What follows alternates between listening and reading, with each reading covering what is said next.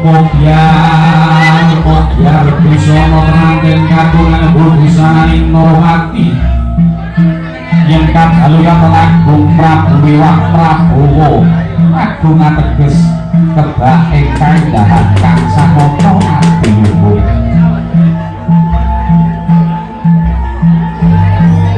Prabu ateges pendho jejeling Narendra kang kebak ing kawibawa luhur Lutine Prabu Wasna Prabu Edi Hendang Ilanggong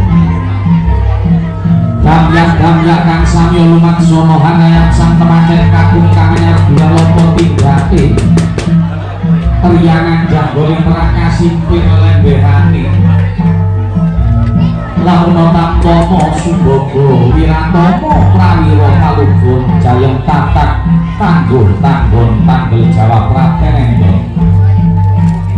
Berikane pambuka dicara kang arupi tinukar kembar mayang kembar tegesing padha mayang tegesing Nurbalah Cahya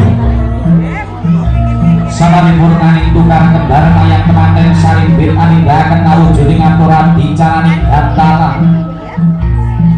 saksama kumlawe asmani temanten putri hambalang gantal pring temanten kakung ya kang sinebat gondang kasih datang saronto temanten kakung sidro gumatio hambalang gantal pring temanten putri kang winastan gondang tutur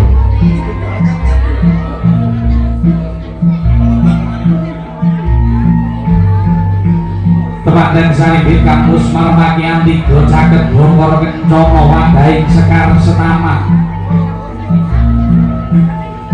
Toyo temanten putri kang